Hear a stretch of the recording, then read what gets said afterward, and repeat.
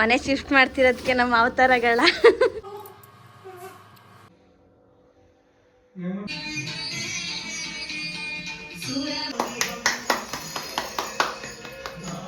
Hi everyone, welcome back to DS Kannada vlogs YouTube channel. ನಾವು ಮನೆ shift ಮಾಡ್ತಾ ಇದ್ವಿ, ಅದರಿಂದ ಸ್ವಲ್ಪ ಬ್ಯುಸಿ ಇದ್ದೆ. ಅದರಿಂದ ನಾನು ಯೂಟ್ಯೂಬ್ ಚಾನಲ್ನಲ್ಲಿ ಯಾವುದೇ ವೀಡಿಯೋಸ್ನೂ ಕೂಡ ಅಪ್ಲೋಡ್ ಮಾಡಿರಲಿಲ್ಲ. ನಾವು ಈ ಮನೆಗೆ ಬಂದು 1 ಇಯರ್ ಆಗಿತ್ತು ಅಷ್ಟೇ. ನಾವು ಮನೆ ಶಿಫ್ಟ್ ಮಾಡೋದಕ್ಕೆ ಏನು ಕಾರಣ ಅಂದರೆ, ನಮ್ಮ ಮನೆದು ರೆಂಟ್ನ ಒಂದೇ ಸರಿಗೆ 3500 ಜಾಸ್ತಿ ಮಾಡಿದ್ದಾರೆ. ಅದು ಅಲ್ಲದೆ ನಾವಿರೋದು 3rd ಫ್ಲೋರ್ನಲ್ಲಿ, ಹಾಗೆ ಲಿಫ್ಟ್ ಕೂಡ ಇರಲಿಲ್ಲ ಈ ಮನೆಯಲ್ಲಿ. ಅದು ಅಲ್ಲದೆ 1 BHKಗೆ 16K ಕೊಡೋದು ಅಂದರೆ ಜಾಸ್ತಿ ಅನ್ನಿಸ್ತು. ನಮ್ಮ ಬಜೆಟ್ಗೆ ಆಗೋ ಹಾಗೆ ಮನೆನ ನೋಡಿ ಶಿಫ್ಟ್ ಮಾಡ್ತಾ ಇದ್ದೀವಿ. ಅದರಲ್ಲೂ ಮನೆ ಶಿಫ್ಟ್ ಮಾಡೋದು ಅಂದರೆ ದೊಡ್ಡ ತಲೆನೋವು. ಅದು ಬೇರೆ ನಾವಿರೋದು 3rd ಫ್ಲೋರ್ನಲ್ಲಿ, ಲಿಫ್ಟ್ ಕೂಡ ಇರಲಿಲ್ಲ. ನಮಗೆ ಐಟಮ್ಸ್ ಎಲ್ಲ ಕೆಳಗಡೆ ತೊಗೊಂಡೋಗ್ಬೇಕು ಅಂದರೆ ತುಂಬ ಕಷ್ಟ ಆಯಿತು. ನಾವು ಮನೆ ಶಿಫ್ಟ್ ಮಾಡೋದಕ್ಕೆ ಆನ್ಲೈನಲ್ಲಿ ಸರ್ಚ್ ಮಾಡಿದ್ವಿ. 7 to 8K ಇತ್ತು. ನಾವು ಮಾಡಿರೋ ಮನೆ ನಿಯರ್ ಇರೋದ್ರಿಂದ ಅಷ್ಟೊಂದು ದುಡ್ಡು ಕೊಡೋದು ನಮಗೆ ಜಾಸ್ತಿ ಅನ್ನಿಸ್ತು. ಸೊ ಅದಕ್ಕೆ ಸಾಗರ್ ಅವ್ರ ಫ್ರೆಂಡ್ಸ್ ಹತ್ರ ಹೇಳಿದ್ವಿ, ನಾವೆಲ್ಲ ಇದ್ದೀವಲ್ಲ ಬಿಡು ಮಗ, ಯಾಕೆ ಯೋಚನೆ ಮಾಡ್ತೀಯಾ ಅಂತ ಬಂದು ಹೆಲ್ಪ್ ಮಾಡಿದ್ರು. ಅದಕ್ಕೆ ಹೇಳೋದು, ಫ್ರೆಂಡ್ಸ್ ಅಂದರೆ ಹ್ಯಾಪಿಯಾಗಿದ್ದಾಗ ಅಲ್ಲ, ಕಷ್ಟ ಅಂದಾಗಲೂ ಜೊತೆಗೆ ಇರ್ತಾರೆ ಅಂತ. ಪಾಪ ಎಲ್ಲ ಸೇರಿಕೊಂಡು ಐಟಮ್ಸ್ ಎಲ್ಲ ಶಿಫ್ಟ್ ಮಾಡಿದ್ರು. ಅದು ಅಲ್ಲದೆ ನಮ್ಮನೆ ಸ್ವಲ್ಪ ದೊಡ್ಡ ದೊಡ್ಡ ಐಟಮ್ಸ್ ಇದ್ದಿದ್ದರಿಂದ ಶಿಫ್ಟ್ ಮಾಡೋದಕ್ಕೆ ತುಂಬ ಕಷ್ಟ ಆಯಿತು. ಇವತ್ತಂತೂ ಎಲ್ರಿಗೂ ಒಳ್ಳೆ ವರ್ಕೌಟ್ ಆಗಿದೆ. ಎಲ್ಲರೂ ಅವಸ್ಥೆ ನೋಡಿ ಹೇಗಾಗಿದೆ ಅಂತ. ಹಾಗೆ ಕೆಲಸ ಮಾಡಿ ಸುಸ್ತಾಗಿತ್ತು. ಒಳ್ಳೆ ಟೈಮ್ಗೆ ಐಸ್ ಕ್ರೀಮ್ ಅವ್ರು ಬಂದರು ಅಂತ ಐಸ್ ಕ್ರೀಮ್ ತಗೊಂಡೆಲ್ಲ ತಿಂತಾ ಇದ್ದೀವಿ. ಹಾಗೆ ಸಾಗರ್ ಅವ್ರದ್ದು ಬರ್ತ್ಡೇ ಕೂಡ ಇತ್ತು ಮಂತ್ ಎಂಡಲ್ಲಿ. ಅವ್ರ ಆಫೀಸ್ಗೆ ಹೋಗಿದ್ದಾಗ ಅವ್ರ ಆಫೀಸ್ ಕೊಲೀಗ್ಸ್ ಅವ್ರಿಗೆ ಅಂತ ಸರ್ಪ್ರೈಸ್ ಆಗಿ ಕೇಕ್ ಕೂಡ ಕಟ್ ಮಾಡಿಸಿದ್ರು. ಹಾಗೆ ಒಂದು ಸ್ಮಾಲ್ ಗಿಫ್ಟ್ ಕೂಡ ಕೊಟ್ಟಿದ್ದರು. ಗಿಫ್ಟ್ ಅಂತೂ ತುಂಬ ಚೆನ್ನಾಗಿತ್ತು, ನನಗೆ ಅಂತೂ ತುಂಬ ಇಷ್ಟ ಆಯಿತು. ಹಾಗೆ ಸಾಗರ್ ಅವ್ರಿಗೂ ಅಷ್ಟೇ ಅಂತ ತುಂಬ ಖುಷಿಪಟ್ಟರು ಅವರಂತೂ. ಅವ್ರು ಏನು ಗಿಫ್ಟ್ ಕೊಟ್ಟಿದ್ದಾರೆ ಅಂದರೆ ಒಂದು ಸ್ಮಾಲ್ ಗಣಪತಿ ಕೊಟ್ಟಿದ್ದಾರೆ ಬೆಳ್ಳಿದ್ದು.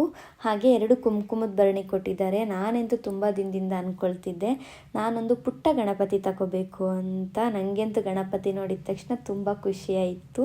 2 ಅಷ್ಟೇ ತುಂಬ ಚೆನ್ನಾಗಿತ್ತು. ಅವ್ರ ಫ್ರೆಂಡ್ಸ್, ಸಾಗರ್ ಅವ್ರ ಫ್ರೆಂಡ್ಸ್ಗೆ ನಾನು ಹಾರ್ಟ್ಫುಲಿ ಥ್ಯಾಂಕ್ ಯು ಹೇಳ್ತೀನಿ.